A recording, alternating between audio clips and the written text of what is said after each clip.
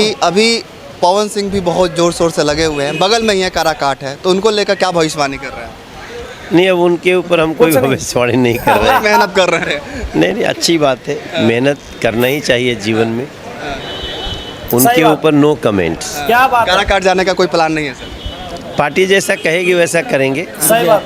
अच्छा, इस बार बीजेपी का क्या माहौल बन रहा है? क्योंकि विपक्ष की पार्टियां बोल रही है कि इस बार जो है बहुत मुश्किल से 300 पार कर पाएंगे। बहुत लोग ऐसे कह रहे हैं कि इस बार आउट है। राहुल गांधी भी कह रहे हैं इस बार साफ है। इस पे क्या भाई 100% 400 प्लस होने जा रहा है। बिहार में क्या स्थिति है? बिहार में हम 39 सीटें जो जीते थे वो पूरी तरह से हम लोग फिर रिटेन कर रहे हैं। बिल्कुल। मनीष भैया, क्या लग रहा है इस बार बिहार के चुनाव में, कैसे देखते हैं? अच्छा, विपक्ष का लोग कहीं लड्डू खरीदता हुआ दिख रहा है क्या? मतलब ही नहीं आप है। बताइए। क्योंकि उसको भी विपक्ष के सारे लोगों को पता है कि वो लोग चुनाव नहीं जीतने वाले, तो चुनाव नहीं जीतेंगे तो लड्डू कहाँ से कर देंगे बिल्कुल विपक्ष वाले लोग। और बिहार में 39 हम लोग थे, 39 से कम हम लोग नहीं आएंगे किसी भी हाल में। और इस बार जो है 400 पार होगा, क्योंकि अगर किसी को विकास नहीं दिखता है भारत में तो ये मेरे पास पूरा डेटा है, पूरा आंकड़ा के साथ मैं कह रहा हूँ।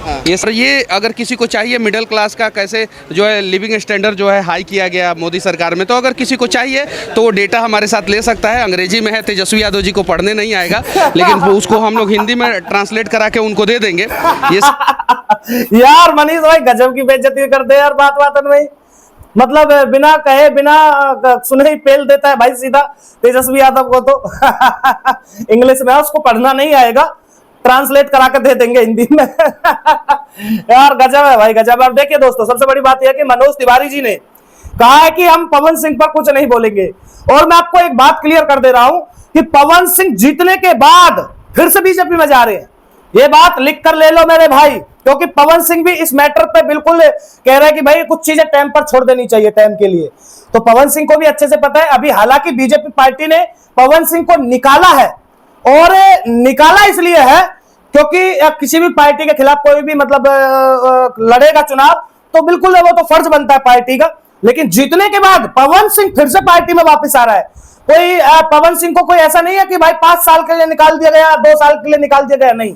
सिर्फ एक हल्का सा वो है, फॉर्मेलिटी पूरी होती है ना, वही चीज किया है बीजेपी ने, और वो हर पार्टी को करना पड़ता है। तो देखिए बीजेपी में पवन सिंह जो है, पवन सिंह काराकाट से जीतने के बाद फिर से बीजेपी में जाएगा, ये बात तय है। इस बात को हम ठुकरा नहीं सकते, क्योंकि पवन सिंह जो है वो एक राष्ट्रवादी है और बीजेपी पार्टी जो है वो भी एक राष्ट्रवादी है। अब कुछ चीजों को लेकर नहीं बन पाई, क्योंकि भाई काराकाट के अंदर भी बीजेपी के कुछ नेता थे जो मतलब वहां से लड़ना चाह रहे थे, या फिर वो पार्टी से निकालने पड़ते। तो बहुत सारी चीजें हैं इसमें, लेकिन देखते हैं अब काराकाट की जनता फैसला करेगी किसको सांसद बना के और किसको आगे भेजेंगे। क्योंकि मैं तो काराकाट की जनता से एक बात कहना चाहता हूं, अब तक आपने मौका बहुत दिया, लेकिन अब एक बार पवन को मौका दे दीजिए। पवन सिंह वास्तव में ही कुछ ना कुछ करेगा, और उस बंदे के अंदर करने का साहस है। उस बंदे को पता है, उस बंदे को ना पैसे से मतलब है, क्यों पैसा बहुत है उसके पास, और ना ही कोई नाम फेम और टीआरपी कोई मतलब नहीं है, क्योंकि वो ऑलरेडी तुमने दे रखा है भाई। तो उस बंदे को जिताइए, और पवन सिंह का ये तय है जीतना। और दूसरी बड़ी बात कि आज का ही समझ लीजिए दोस्तों, आज का ही दिन है, कल वोट पड़ेगी। काराकाट की जनता से हमारा भी निवेदन है, पवन सिंह की सरकार को लाना है। अब की बार काराकाट में कैंची पर 12 नंबर पे कैंची पर बटन दबाकर भाई पवन सिंह को जिताना है। बाकी पवन सिंह जीतने के बाद बीजेपी में आना है, ये बात तय है। आप टेंशन ना लीजिए। आप क्या कहना चाहोगे कमेंट करिएगा।